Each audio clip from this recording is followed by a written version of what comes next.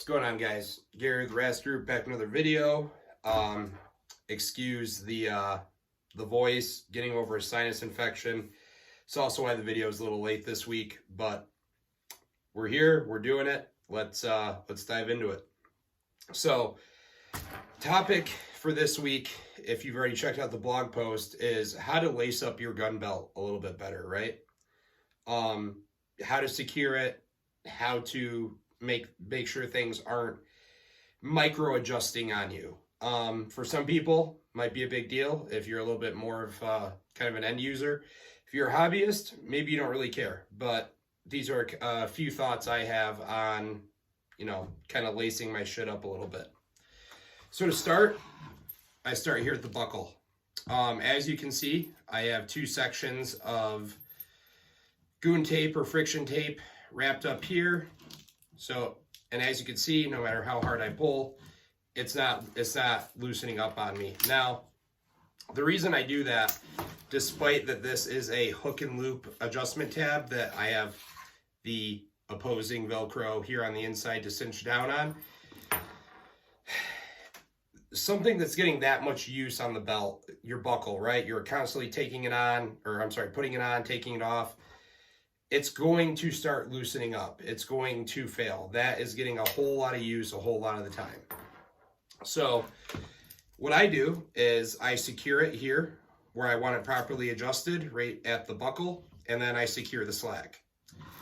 I don't glue it. I've seen guys glue it. I've seen guys do a number of kind of semi-permanent methods of sewing it there, whatever. I personally don't do that. Reason being, if I ever need to adjust it for any reason, maybe I'm trying to run this, apologies guys, maybe I'm trying to run this with more layers, whatever. Maybe I need to give it to a buddy. He needs to adjust it. Tape's pretty easy to take off. Electrical tape works, but it is kind of reflective. This is one of the things I most commonly buy goon tape for and what I use it for. Next up, second most used item on our belts, the holster. Now, I'm a big fan of these mid-drop hangers. I like them a lot, but notice how this still is a little shifty, right? If I didn't have some sort of stoppage here, depending on how I take my gun belt on and off, how rough I am on it, this slide could end up seemingly all the way back here. In order to kind of make sure this is relatively the same place every time, I first figure out where I want my holster to ride, right? In relation to my buckle. If you're not somebody that has to have their buckle center line, it's really a non-issue. I prefer it center line. That way, if I need to get the belt off in a hurry, either hand can access it. It's right in my gig line. I can go. First thing I do is I get it placed on the belt. Again, guys, sorry about the voice.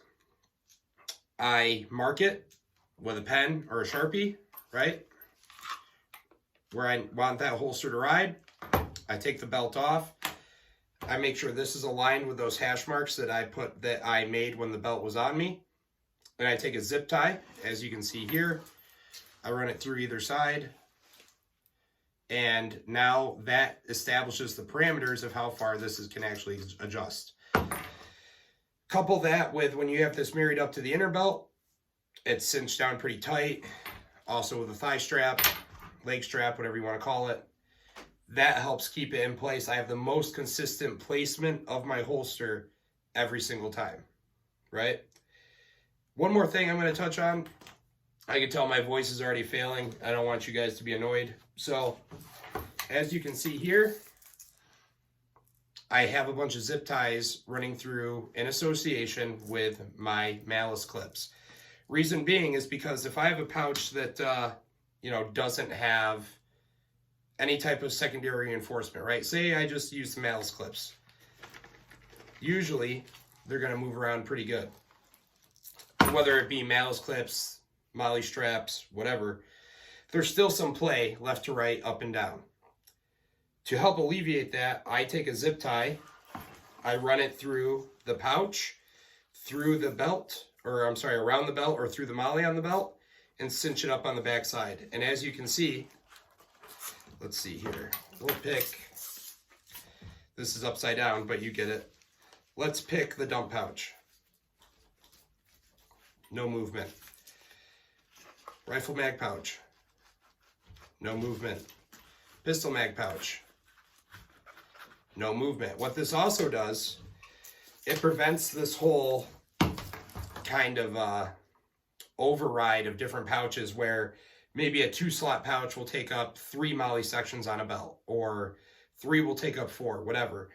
If you have a number of items that you need to carry with you, and that's a consideration, not only does this keep your shit in place, it's going to prevent you from those pouches kind of over expanding than what they need to. It's going to keep them from shifting. It's going to keep everything in place. So that's a few things that I do to keep my belt system laced up. It might not be earth-shattering or groundbreaking to some. I do this on every single belt. I don't really see the zip ties, especially on the pouches. Seeing the zip ties on the holster doesn't really bother me at all.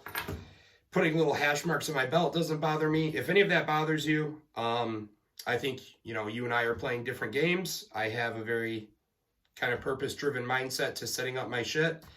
And if that is aesthetically unpleasing to you, I don't know what to tell you. This is a great way to just make sure your shit stays in place. If you have a better idea, I'm all ears to hear it.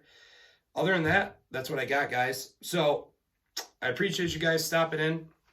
Hopefully next week's video is a little bit more easier to listen to. I know my voice is kind of rough right now. So that being said, you guys stay safe, stay trained, stay rad. I'll be back with the next one.